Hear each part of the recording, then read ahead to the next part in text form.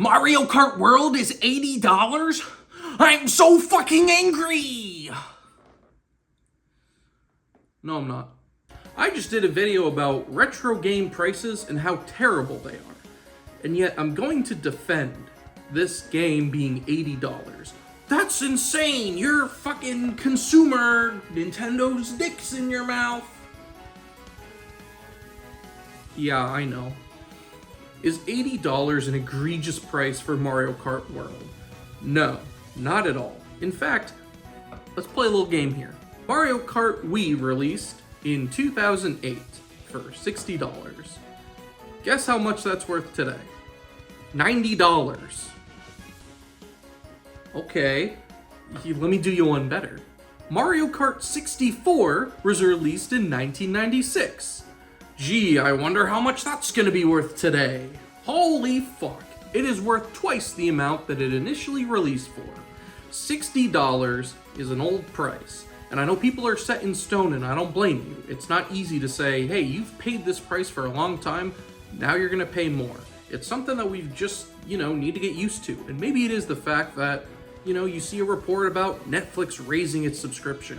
Maybe you live in an apartment and you find out next year, hey, your cost is going up. It's just a regular occurrence. So me hearing that now my $60 video games that are sometimes $70, well, now it's gonna be $80, I'm irate. No, I'm not.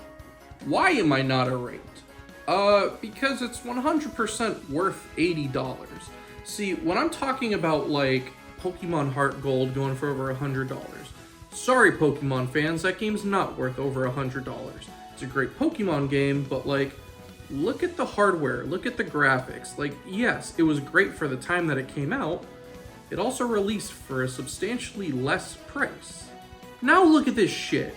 Of course that's worth $80. Like, think about how much development time had to go into that. Why will 100% pay $80 for this game? Now, I know that makes people worried, like, oh yeah, well then they're gonna release the next one for $90. Yeah, I'm sure in the future, when inflation's a lot worse, they fucking will release it for $90, and it'll probably be worth $100. But I'm not so much mad at this being $80 as I am still fucking pissed at the fact that this was $60. This conversation is on valuing a game. What is it worth? Easy, how much you'll pay for it. But you can't know how much everyone was willing to spend on a game, so you have to give it one price. And a lot of times, they get it wrong. Donkey Kong Tropical Freeze is probably the best 2D platformer of all time, so naturally it released. Oh, alright. Now granted, this was on the Wii U when no one gave a shit. When they released it on the Switch when people did give a shit, tax. This is the thing I can't stand. Why are prices going up? And why are they going up when nothing changes? Let's take this one for example again, Luigi's Mansion 2 HD. It is a literal 3DS game with a little bit of resolution upgrade. I mean, like, look at this. And you are saying this is worth $60. You're also saying this is worth $60. So essentially, you're saying that these two are the same. They are nowhere near fucking close to the same. So let's really put on our big boy pants and dissect how much is a game worth. So Mario Kart World is worth $80. How much time are you gonna put into that game? Probably a lot. This is a game you're definitely going to come back to. That's worth $80. They also said Donkey Kong Bonanza's worth $70. Okay, so we're pricing that a little bit lower. Why is that one a little bit lower? Is it because it's Donkey Kong and not Mario? No, it's because odds are most people are going to play it all the way through once and probably not come back to it. If not come back to it at a later point, it'll sit on your shelf, more or less. So that's $70, right? So now what's $60? How about Kirby Air Ride or Kirby Air Riders? So that's originally a GameCube game. We don't really quite know if that is going to be more or less a port or a sequel or maybe a hybrid of both. But what we do know is it'll probably be around that $60, $70 mark. Is it worth it? Have you ever fucking played Kirby Air Ride? Yes, it's worth it. Will Metroid Prime 4 be $70? Maybe. Is it worth $70? Look at it. But what is not worth $70? What is only worth $60? And what even are we looking at $60 and saying, you really want to fucking call that $60? Here's one that's going to piss a lot of people off. As of making this video, you can buy this game at GameStop or Best Buy for $20.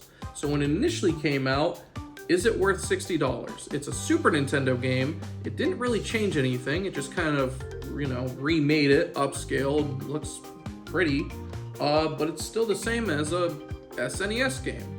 Is it worth $60? Well, Mario's in it, so yeah. Ultimately, at the end of the day, you should only get upset if something costs more and it's made of less value than its predecessors, i.e. that. Let's say, for example, they want to bring Yoshi's Woolly World to Switch 2, for shits and giggles. This game released for $50, so if they just slapped it on the Switch, maybe they add something, or hell, maybe they take away things like the amiibo mode. They could very well do it, and still say it's $60. Is it worth it? No. Similarly, if they were to just, bam, slap Twilight Princess HD or Wind Waker HD, would those be worth $60 each? Say it with me. No. Once again, I think a lot of people are just hung up on $60 games. That's how much they've been paying their entire life for most AAA games, and they don't want it to change. And just seeing that now it's going up, and it's going up kind of drastically, right? I mean, hell, we just had like Mario Wonder come out for $60, and now you're telling me Mario Kart's gonna be $80? Donkey Kong Smash! You wanna really get pissed at something? Movie theater prices are between $15 and $20. Like, think about that. As you probably imagine, you know where you can find me on June 5th. And I swear to God, if you fucking losers sell out of that Mario Kart bundle version and I have to pay $80 instead of $50 with the bundle, I'm gonna be really pissed off. Not because it goes against everything I just said because I want to save money, but because fuck you, that's why, okay? I'm in charge here. Me.